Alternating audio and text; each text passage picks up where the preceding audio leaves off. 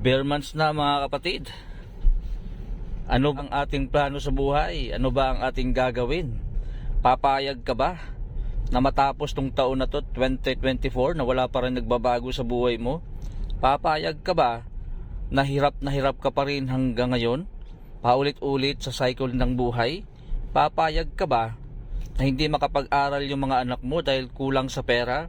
Papayag ka ba na hikahos ang pagkain sa lamesa mo sapagkat kulang na kulang kahit anong sipag mo? Masipag ka naman.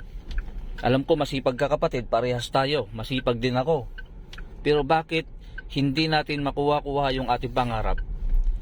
So ang opportunity ay lagi lang pong ipinapakita sa atin. It's up to us. We are always praying that Lord, i-bless mo ako Lord, pagpalain mo ako Lord, bigyan mo naman ako ng opportunity or pagkakataon na babago naman ang aking financial status. And yet, kapag pinapakita na sa iyo ang opportunity, ang problema sa iyo, you keep on rejecting. Sabi mo sa Lord, Lord, hindi yan ang gusto ko. Iyon nga ang gusto ng Lord sa iyo eh. Pinapakita ng Lord sa iyo ang opportunity na pwede mo namang gawin. Alam ko, kaya mo yun, pero nililimitahan mo yung sarili mo. At hindi lang yan, you are putting limit on what God can do for you. Sapagkat ayaw mo, you are not willing to become successful, makuha mo ang financial freedom and time freedom. Tatlo lang yan kapatid. When joining network marketing, you must be willing. Yan po yung number one, willingness. Huwag ka mag-join kung napipilitan ka lang. Pangalawa, you must be coachable. Dapat kahit mas mataas ang pinag-aralan mo, kailangan coachable ka.